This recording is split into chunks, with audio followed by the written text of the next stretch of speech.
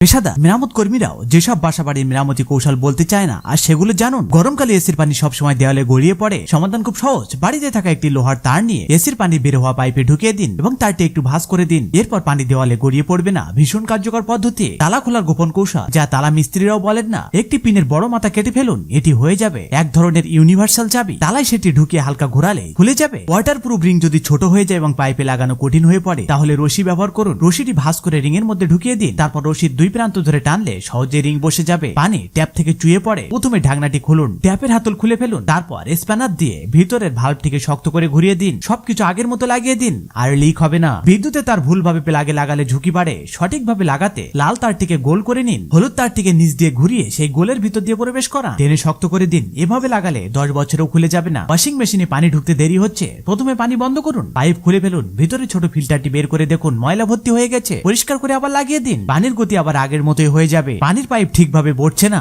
লোহার তার দিয়ে একটি চক্র বানান, সেটি পাইপের চারপাশে ঘুরিয়ে দিন। স্ক্রু ড্রাইভার দিয়ে তারটি পেঁচিয়ে শক্ত করুন। পাইপ আর কখনো খুলবে না। পুরোনো পাওয়ার কট ফেলে দেবেন না, এক পাশে কাটুন। ভিতরে থাকবে 3টি তার। বাড়ির পুরোনো এক্সটেনশন বোর্ডে লাগান। এন পয়েন্টে লাগান নীল তার অর্থাৎ নিউট্রাল, এল পয়েন্টে লাগান বাদামি তার অর্থাৎ লাইট, আর পাশে হলুদ সবুজ তারটি লাগান গ্রাউন্ডে। এইভাবে তৈরি করা একটি এক্সটেনশন আপনি বাজার থেকেও ভালো পাবেন। শিখে নিন, দরকারি কাজে লাগবে। আর ভিডিওটি শেয়ার করে রাখুন এবং লাইক, সাবস্ক্রাইব ও ফলো করতে ভুলবেন না।